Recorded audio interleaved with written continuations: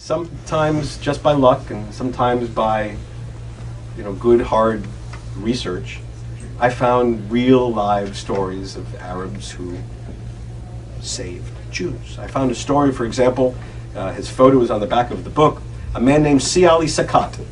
Si Ali Sakat was the mayor of Tunis at one time. He then retired to a country home in the Zaghouan Valley, which is right where the battle line was in spring of 1943.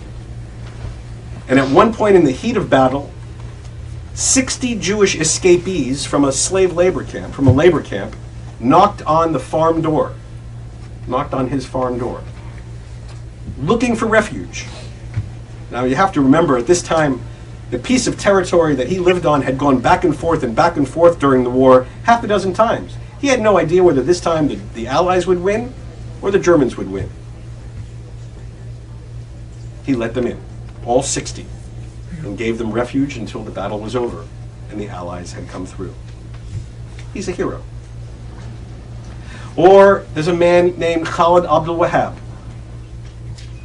Khalid Abdul Wahab was a notable in the town of Mahdia, in the coastal town in Tunisia. One night, he learned that a German officer was going to rape a beautiful, blonde, blue-eyed Jewish woman.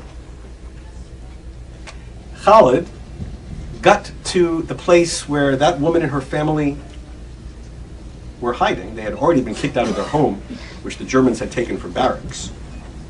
He got to the place where that woman and her family were hiding, knocked on that door, and said, "You have to come with me." And he took all of them, that family and several other families that had sought refuge in this place. It was an olive press factory. And throughout the night, he shuttled them in his own car back and forth to a family estate that he owned 30 kilometers outside the town. And he kept them there for 6 weeks until the Allies expelled the Germans from his town. Now that story was told to me by an amazing woman who was the daughter of the woman in question. She was 11 years old at the time. She grew up 60 years later. She had been trying to tell the story for 60 years and nobody would believe her. She tracked me down on an internet posting. I had internet postings all over the world. Thank God for the internet. Without the internet, this book would have gone nowhere. She tracked me down. And she told me the story with such fervor that I had to take it seriously. And so, she was living in America. I was living in Morocco. I couldn't go and interview her, so I hired a professional Shoah Foundation interviewer in Los Angeles to go and do an interview of her.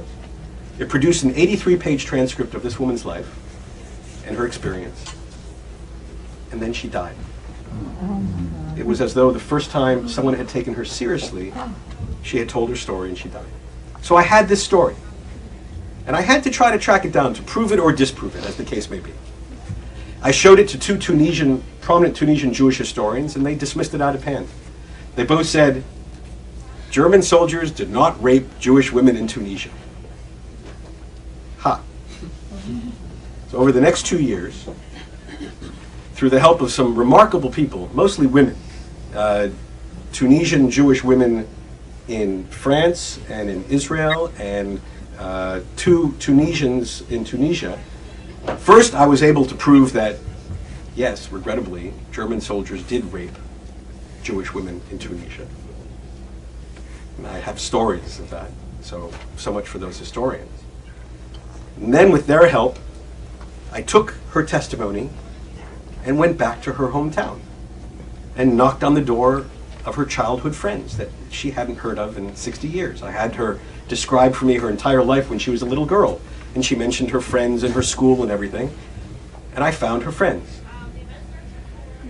And they confirmed the story, that yes, this man, Khalid, did take her family away and took care of them throughout the end of the war. And then I went to the farm. I found the farm. And it was precisely as this woman had described it. Where the buildings were, where the pool was, what type of trees were on the outside of the main house. So it was true. And that was thrilling.